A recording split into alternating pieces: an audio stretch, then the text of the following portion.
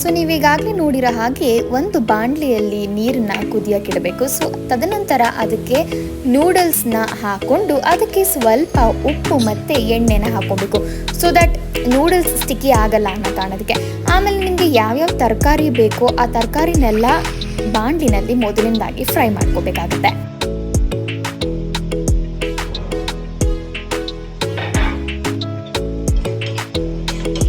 So fry ಮಾಡ್ಕೊಳ್ಳೋ ಟೈಮಲ್ಲೇ ನಾನು ಅದಕ್ಕೊಂದು ಸ್ವಲ್ಪ ಉಪ್ಪು ಹಾಕ್ಕೊತೀನಿ, ಸೊ ದಟ್ ಎಲ್ಲನೂ ನೀಟಾಗಿ ಬೇಗ ಫ್ರೈ ಆಗುತ್ತೆ ಅಂತ.